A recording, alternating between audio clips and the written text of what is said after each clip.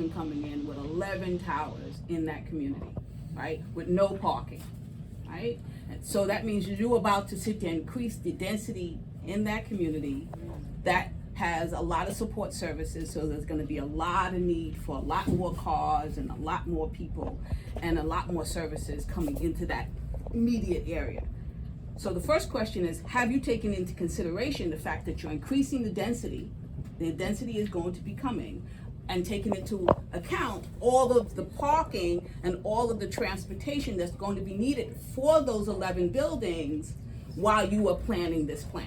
Because that's what good planning does, right? It anticipates. So that's the first question.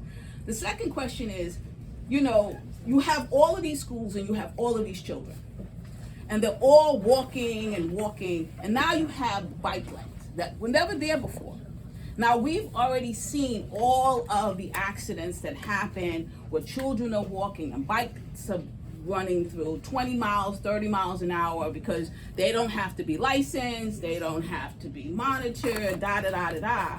And now what you're doing is you're actually increasing the flow of bikes. By putting bike lanes, you're actually increasing the flow of bikes, knowing that there is a serious issue with casualties when it comes to bikes, motorized bikes in particular. Now, the last time you was here, I asked you for a specific thing, and I wanted to find out if you gave it to me. I asked you for the statistical analysis of all of the harm, the statistical analysis of all of the accidents that have happened since 2019, or doing a comparison between 2010 and 2024, and has there been an increase in casualties caused by motorized bikes or motorized vehicles that are not four wheels? And I asked you for that because you said you did ask me for that, and that was brought up before when you weren't here, and I said, I did not get that. and again, no, wait, no, let me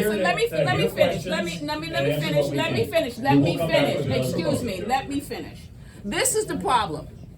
They come, they give you, they want to do a change in your community. You ask them for statistical analysis, which they have, right? That could endanger the children in your community by allowing more bikes into your community. When you ask them to give you the data, they always never bring it. They always forget. It's always something that's so important. To me, the safety of children is paramount. And yet, you continue to come into this community without giving the data, even though you have the data, because you don't think it's important. You don't think it's important enough to protect these children. You want to talk about the cars, but you're not talking about the bikes.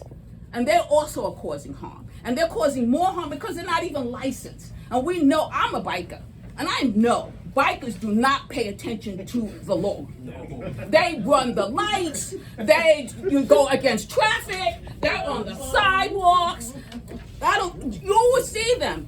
A bike lane, and there's the bike on the opposite side of the street. Not even in the bike lane. So I know this. And yet you're going to draw more bikes into this neighborhood without providing the community with the statistical analysis of whether that's going to be an endangerment to the children. You need to go back and do your job. You need to be more responsive to this community and act like we have some intelligence and bring us the data. If you're going to sit there and do this to us, that's what you need to do. And stop telling me the joke about, I forgot.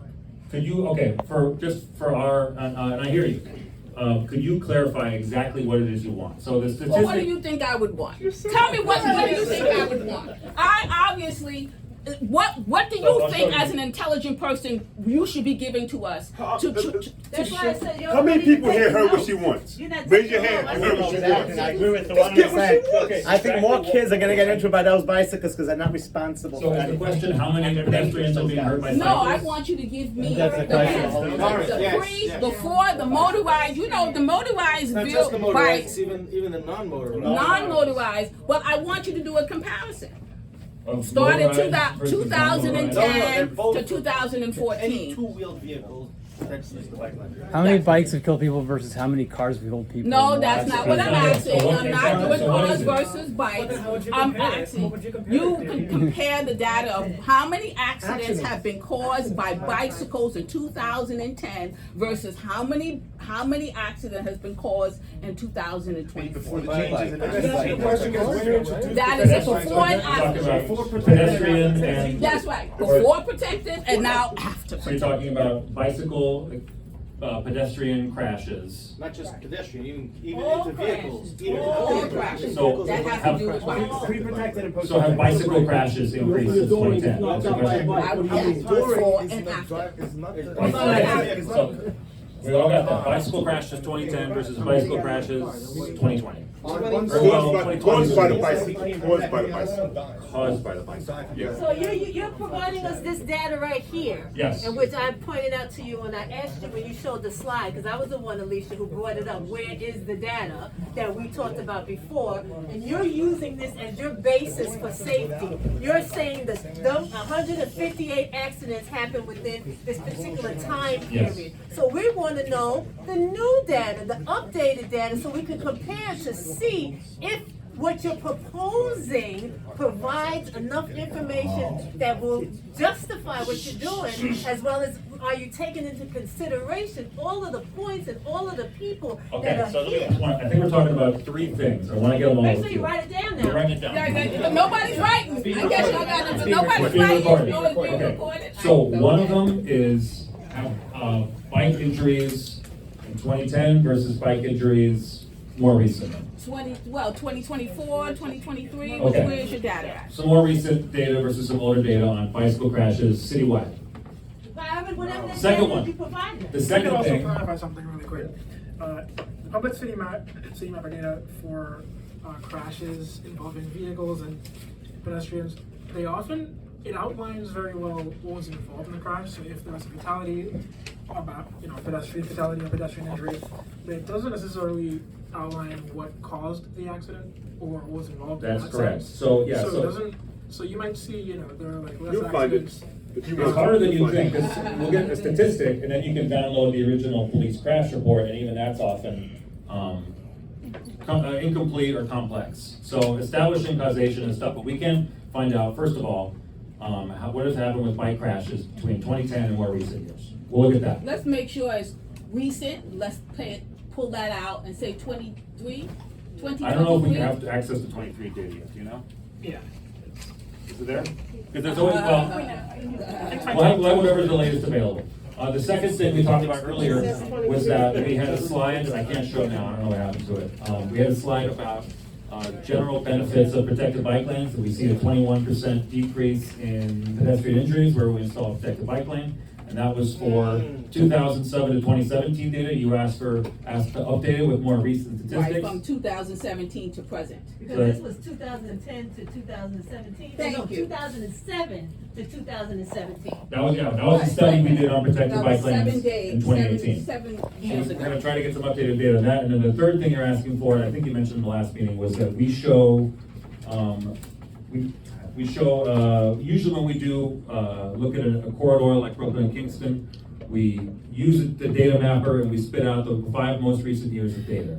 And I think something you mentioned was that was a little old now, so we were gonna get an update on that. Yeah, 7 years, you think that's? No, I'm not talking about I'm talking about the crash statistics on Brooklyn and Kingston Avenues, which is different from the overall citywide protected bike lane study.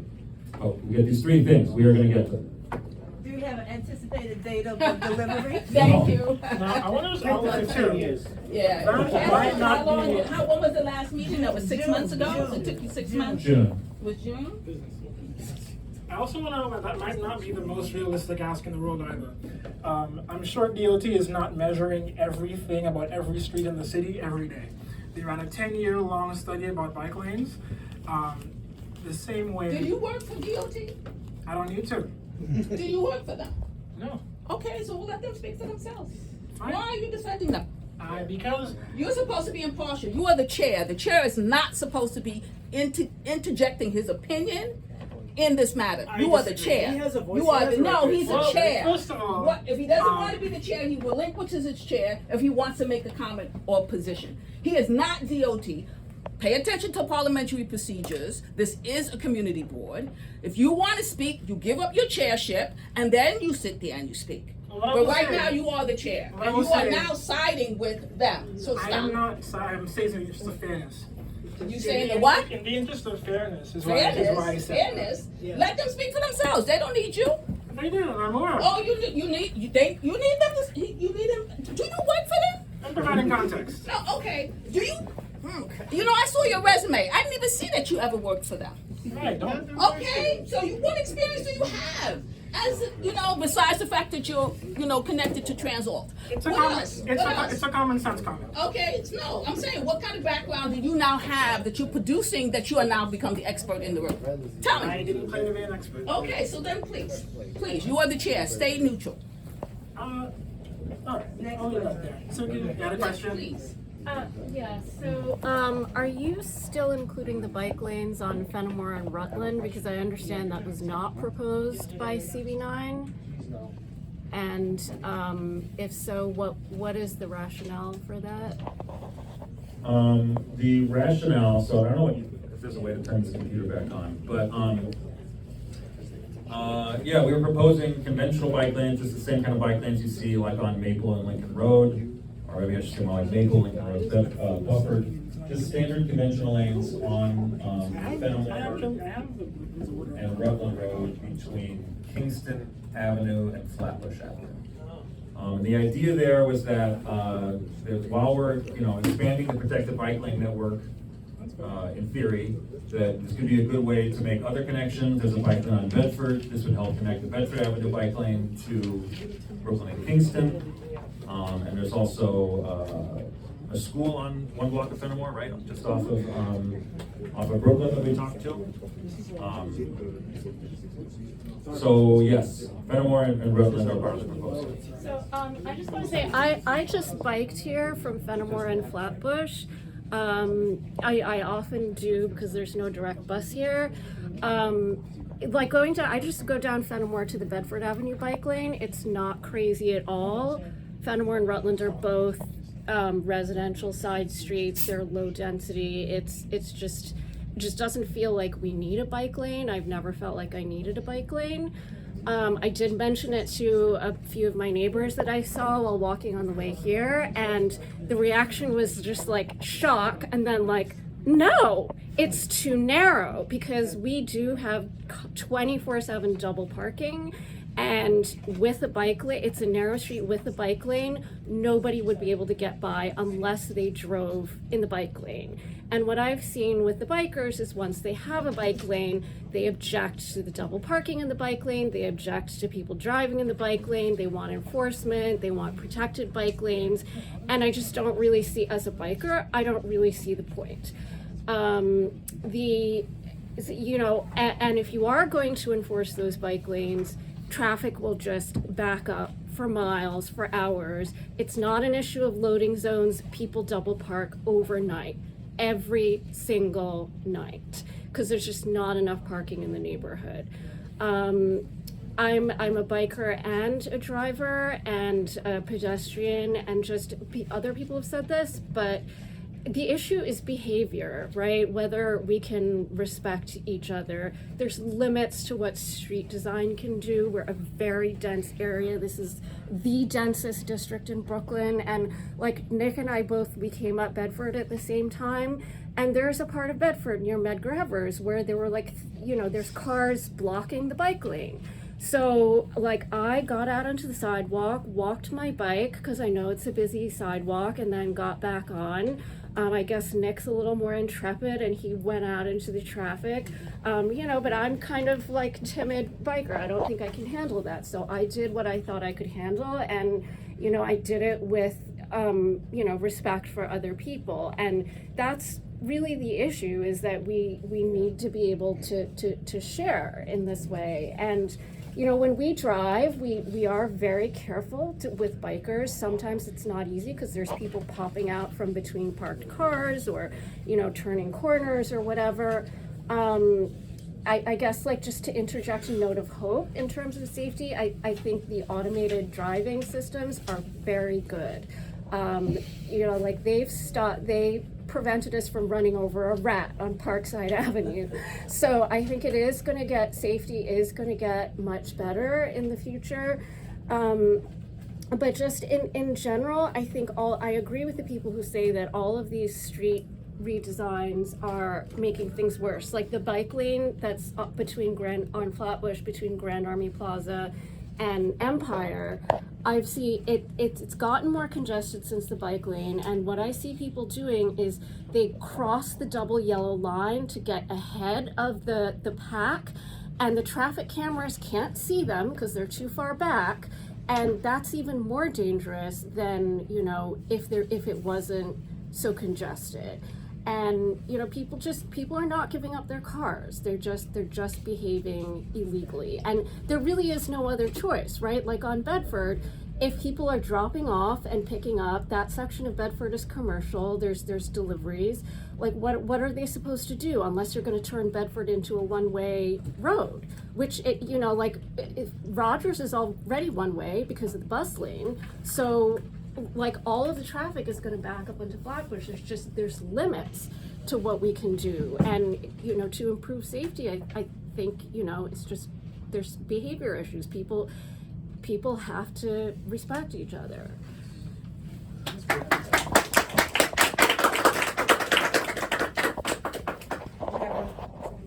It is 8:01. We're supposed to be stopping around this time. Right, we have a person right here to look at you. So we'll take our Never heard from last her. couple of questions. I saw you over for a while. I saw you too. Mrs. Corn on you. Yeah. Thank you. First of all, I want to thank everyone that's here. I've been listening and absorbing everything that's been said this evening. Now, the data seems to be a hot button topic, but here's my perspective on it. You're bringing this proposal to us. I'm a member of the Turnpike community. And in order for you to have a complete and whole, entire,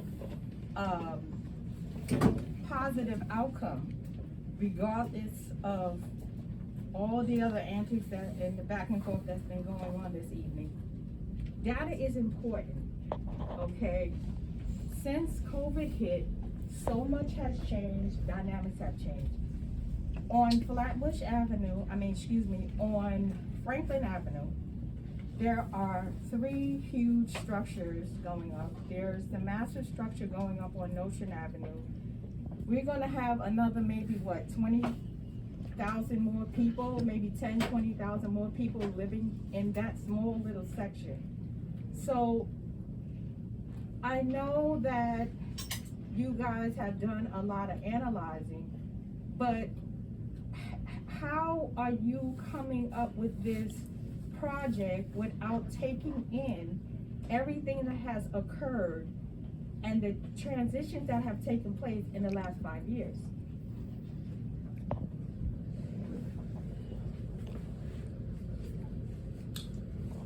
I think that there have been some behavioral changes in the last 5 years. There's no question. You see it, you can feel it, you see it in the statistics. But I get the data is not easy it's not an easy task. I mean, people talk about, I analyze and I do this and that with data, but it is a lot of work to break down that data in a way that's very comprehensible and acceptable to the members of the community. So I'm not knocking it because it's not easy. Appreciate that. Okay. But I think we have some proven tools that we've used for many years in many different contexts. At this point in different eras, it feels like, and we continue to get good results. And we have been installing, roadway redesigns throughout the pandemic, every year, including 2020. But specifically to this community, because these 2 ladies, Alicia and Val, they are real anchors here, along with the rabbi that's been on our community board for many, many years. They're grounded in this community. There's like over 500 years of people you know, people who have lived in these communities and they're watching it grow and being torn apart. So it's important that your data and your presentation is very specific to our community. We don't want a cookie cutter solution. We really, I mean, you can hear the passion in this room, and I'm listening to people, and you can't please everyone. But there are some significant points that have been made that you guys need to revisit. Thank you. Thank you for bringing that up. I do want to point out before we move on is that sometimes there's a misconception that certain engineering treatments work differently in different boroughs, and what works in the Bronx couldn't possibly work in Brooklyn. That's not what we have seen statistically. Some of the basic, the reason. Statistics based on what data? Based on our crash data, and based on speed data. That's not current. Not all crashes are reported. It's not Okay, I'll move on to the next question. 7 years. Deaths. And I guess we just don't want things happening in Brooklyn with the protected bike lane. Excuse me. That in Queens, the protected bike lane was put in front of dialysis center, and the patients have to be let off on the corners instead of in front of the dialysis center. So who thought about that? I don't take dialysis, so I don't know how it is to go. Good night, guys. So I'm Good night, just good putting it night. out there. My phone's gonna die, so thank you. My phone's gonna die, so thank you, brother. Take care. Enjoy your night. Thank you. I'm gonna leave now. Thank you, brother. Take care, brother. Thank you. Appreciate it. My phone's gonna die, so I'm gonna get out of here. All right. So my phone's gonna die, so I'm gonna delete this. Keep this on before it dies. Great meeting. Shout out to Alicia Boyd for holding it down. A little laid out. I gotta go home and charge my phone. My phone is at 2%. 2%. I don't know about this other phone, but I gotta upload video. But it's live stream, so I'll see what they said if they uploaded. They tried to upload the video. So I'm going home. Happy Monday.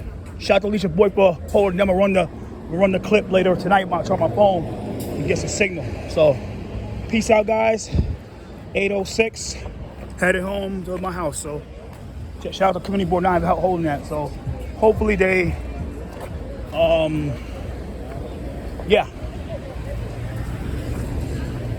know the Transalp.